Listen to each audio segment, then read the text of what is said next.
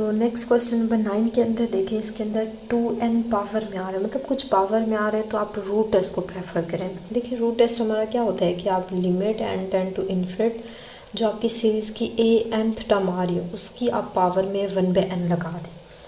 अच्छा, अब अगर इसकी आप एब्सोल्यूट कन्वर्जेंस चेक कर रहे हैं तो आप इसका मॉडल्स लगा के पावर 1/n लगा दें, 1/n पावर लगा के फिर उसका मॉडल्स लगा दें, बात एक ही होगी। तो इसके अंदर देखें कि limit n tend to infinite हमारे पास जो सीरीज़ आ रही है वो 2 की पावर n हमारे पास आ रही है। क्या करते हैं, इसकी पावर 1/n लगाते हैं और होल का यहाँ पे आप मॉडल्स लगा दें।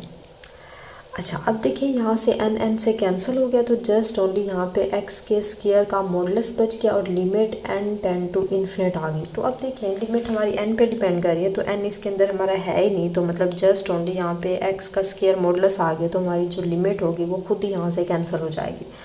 तो डायरेक्ट आपका यहाँ से जो आंसर आएगा वो क्या आएगा, एक्स स्क्वायर होल का मॉडुलस आएगा। तो हमारा रूट टेस्ट ये कहता है कि जो आपका आंसर आया है अगर वो 1 से लेस आ गया तो आपकी सीरीज़ एब्सोल्युटली हमने चेक की थी तो एब्सोल्यूट कन्वर्ज करेगी, और अगर यही एक्स स्क्वायर का मॉडुलस जो है हमारा ग्रेटर 1 आ गया तो हमारी सीरीज़ जो होगी वो डाइवर्ज करेगी। सेम इसी तरह अगर यहाँ पे एक्स स्क्वायर का मॉडुलस जो है वो इक्वल 1 के आ गया तो हमारा जो टेस्ट होगा वो फेल हो जाएगा। तो सबसे पहले तो देखें यहाँ पे हम चेक कर लेते हैं कि जहाँ पे हमारा टेस्ट फेल हो रहा है हमारी सीरीज़ क्या कन्वर्ज कर रही है या डाइवर्ज कर रही है। तो अब नेक्स्ट हम चेक कर लेते हैं कि एक्स जहाँ पे हमारा टेस्ट फेल, उससे पहले हम देख लेते हैं कि इंटरवल ऑफ कन्वर्जेंस क्या बन रहा है। कि देखिए एक्स का मॉडुलस है उसका स्क्वायर लगाएं या स्क्वायर का मॉडुलस लगाएं तो ये बात एक ही होती है, लेस 1 आ रहे हैं। अब हम इसको स्क्वायर को ख़त्म करना चाह रहे हैं तो बोथ साइड पे हम ऐसे करते हैं, यहाँ पे 1/2 कर देते हैं या आप रूट लगा दें, यहाँ पे 1/2 आप कर दें तो ये मॉडुलस यहाँ पे ख़त्म हो जाएगा, लेस आपके पास आंसर जो है वो 1 आ जाएगा। इनफैक्ट ये प्लस माइनस के साथ आएगा क्योंकि मॉडुलस है तो प्लस माइनस यहाँ पे साथ लगाने की ज़रूरत नहीं है।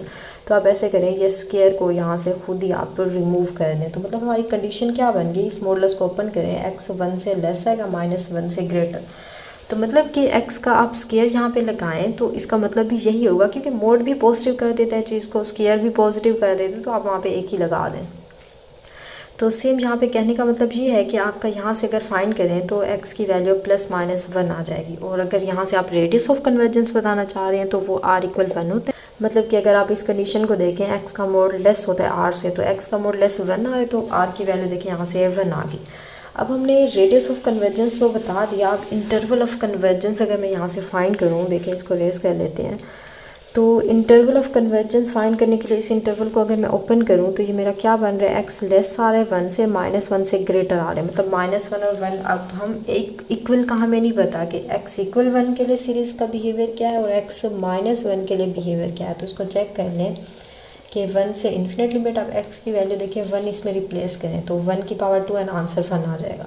सेम 1 से इन्फिनिट यहाँ -1 होल की पावर 2 एंड आप पुट करें।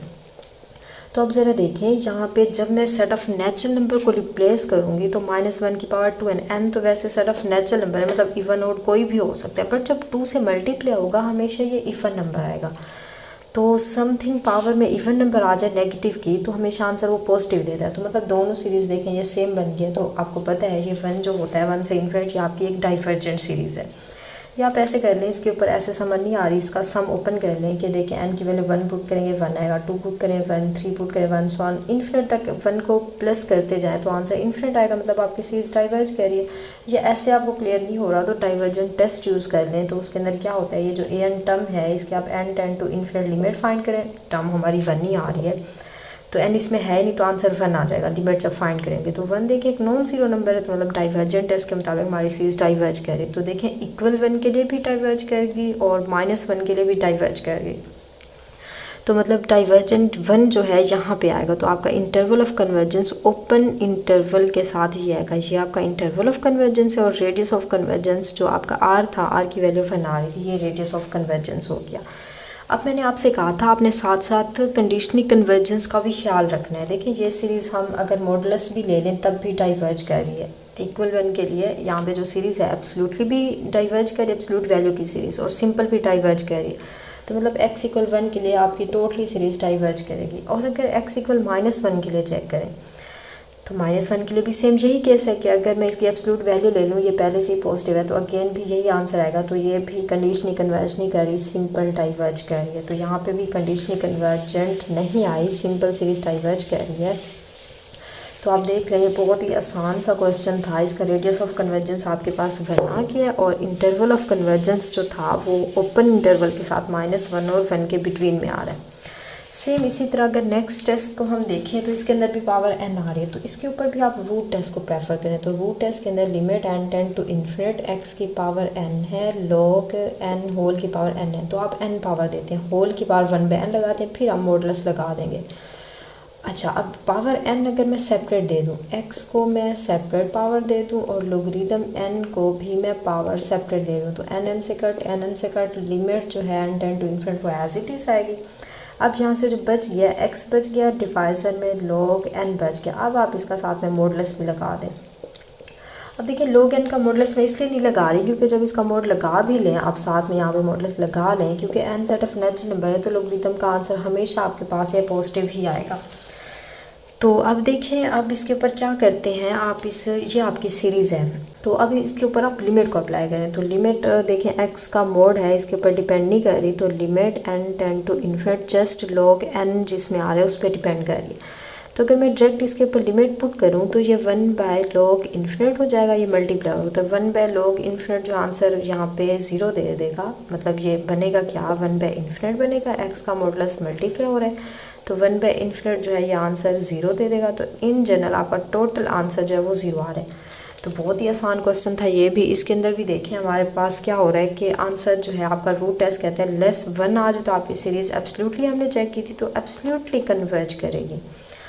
तो अब यहाँ पे देखें x की कोई भी वैल्यू आप पुट करें, यहाँ पे 0 के साथ मल्टीप्लाई, कोई नेगेटिव नंबर करें, रियल नंबर कोई भी हो, रैशनल इरेशनल कोई भी रियल नंबर, इनफैक्ट वो 0 भी हो सकता है, कोई पॉजिटिव नंबर हो, मल्टीप्लाई करें तो 0 आएगा।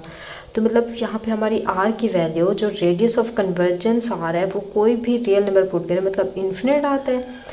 और अगर आप इंटरवल ऑफ कन्वर्जेंस फाइंड करना चाह रहे हैं तो वो क्या आएगा, नेगेटिव इन्फिनिट से पॉजिटिव इन्फिनिट, मतलब आल साइड ऑफ रियल नंबर आएंगे तो उसको इंटरवल फॉर्म में हम ऐसे राइट करते हैं ना।